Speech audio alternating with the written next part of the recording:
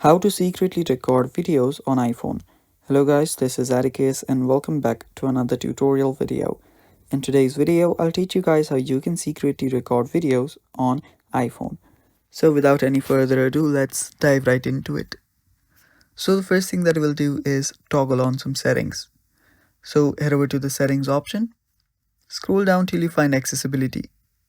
So head over to accessibility and now scroll down all the way till you find guided access. Turn guided access on, and after you turn on guided access, head over to accessibility shortcut. Right there, make sure that the guided access is turned on. Scroll down and make sure the voiceover is turned on.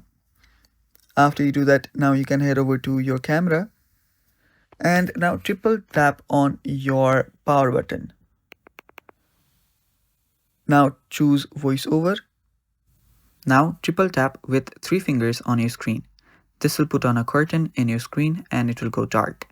Now you can do that again to simply turn off the curtain. What this will do is this will cover your screen with a black screen like this, and no one will be able to see your screen, including you.